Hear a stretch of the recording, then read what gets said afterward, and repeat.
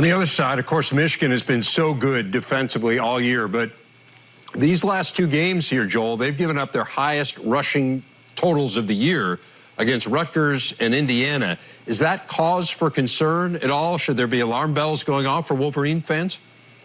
You know, it's interesting, and watching the film and talking with the coaching staff, you know, they say, listen, we're not that alarmed because it was just a couple of things here and there. It's one missed assignment, and for the most part, we're very sound. We were trying some new things out in terms of how we were reading it, how we were going to be gap sound with the secondary, kind of inserting for a linebacker who's going to run out with a swing route. So there was things that they were trying that were a little wrinkles in their defense, and they got hit on them. Here's a for example.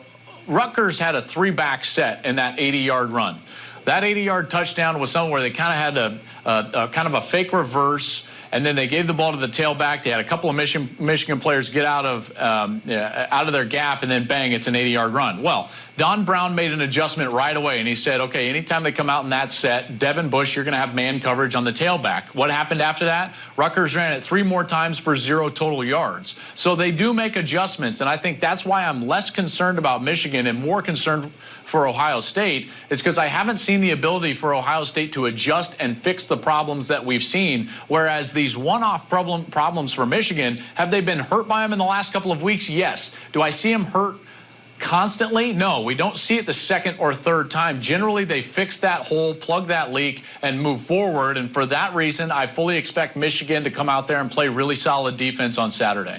Joel, there were some times when Indiana really blocked their front very efficiently. I was surprised at that. Yeah. But I'll tell you one thing that I'm concerned about with Michigan's defense. I think they are going to be so emotional for this game that the penalties could be a part of this game. Earlier in the year, Michigan had 107 defensive yards and penalties, 107 yards and penalties for just their defense because they were so emotional.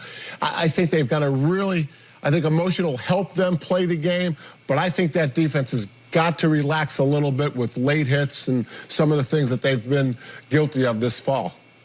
And, Coach, you know, one of those emotional games I was in the booth for, and they did not keep their cool, and that was Michigan State. And obviously things bubbled up before the game, and we've talked at length about that. But they did not keep their cool, and they had several personal foul calls that ended up hurting them. Now, they only gave up 7 points in part because Michigan State is just not very strong offensively. But I wholeheartedly agree. In particular on the road, you've got to calm down, and you cannot give a team like Ohio State, which has a very potent offense, extra and free yards. When you give them extra first downs and free yards, you're just inviting scoring drives. There's actually, and I've been through the numbers, and I don't have these exact right now, but Coach and Rev, this Michigan defense, when they do not have a defensive penalty on a drive, they're giving up basically like 0.3 points per drive, which is the tops in all of college football. It's basically you don't score on them unless they have a defensive penalty. The problem is that they're one of the most penalized defenses in America. So because of that, what you have is a defense that will give up points here and there, but generally it's them helping the offense get there. I think that right now they're in the top 5 in penalties on just their defense in the FBS. So that's something to watch for when it comes to the emotions that you're speaking of, Coach, versus Ohio State, and then also the clean play. Can they avoid some of those pass interference or personal fouls that would obviously extend drives?